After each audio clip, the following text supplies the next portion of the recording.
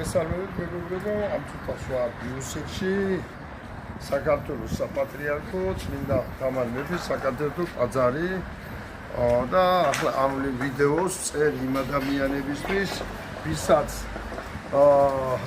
ვისაც გონია რომ ევროპა თურმე გვართმევს მართლმადიდებლობას, ევროპა გვართმევს თურმე იმას ქრისტეს მოკლედ რო ვთქვა, მოკლედ რო ავხსნა და მინდა მათთვის თქვა, ასეთი ეკლესია ატვეპერში, ასეთი ეკლესია ბარსელონაში მინახია, ქალაქბაღში მინახია, ათენში არის, ნუ არ ვიცი სადაც სტრასბურგში, სადაც ყოფილი არ არის და ნებისმიერ ქალაქშია, სადაც კი ქართველები ისურვებენ რომ ქონდეთ ეკლესია.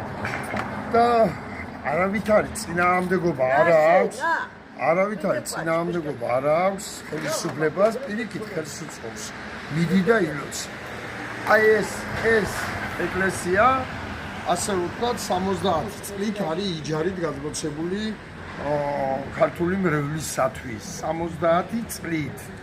და ისე სხვადასხვა ცოტა პრობლემებიც აქვს თანხების და 60 მილიონი მიაქვს იმას საპატრიარქოს.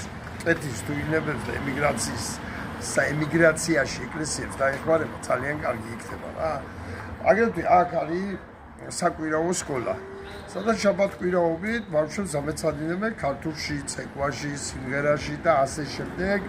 ცდილობენ რომ არ დაკარგოს ქართველობა ბავშვმა და ბრმა ჰქონდეს საქართველოსთან და განათლების სამინისტროც მიმართავ განათლების მარტო თქლაფრაზე რო ხარ გადასული დედა აფეთქებულებო და დედა მოხლულებო მარტო ჭამა რო იცით უჭით იმიტომ ეს ფრიანად ემიგრანტების დაფინანსებაზეა და ჩვენდა სამწუხაროდ ემიგრაციის 70% პოზიტივი არა აქვს სამუშაოები უჭით და არც ისე შემოსავალია რა როგორია საქართველოში თურმე აგან ემიგრანტები ხეებზე ვფიქრობ ასე ფულს ნამდვილად არა ასე და უჭით ამის გაკეთება და კეთილინებე განათლების სამინისტროს შეჩემის ბერდენა და მიაქცია ყურადღება მოდი ახლა შევიდეთ ჩივით ახლა როგორ მიდის ნუ ახლა არის შაბათკვირა რაცა გია აგვისტოა და ნუ ახლა აგვისტოში ცოტა ხალხი და ისე ეს სულ გადაჭრილი არის აბსოლუტურად აი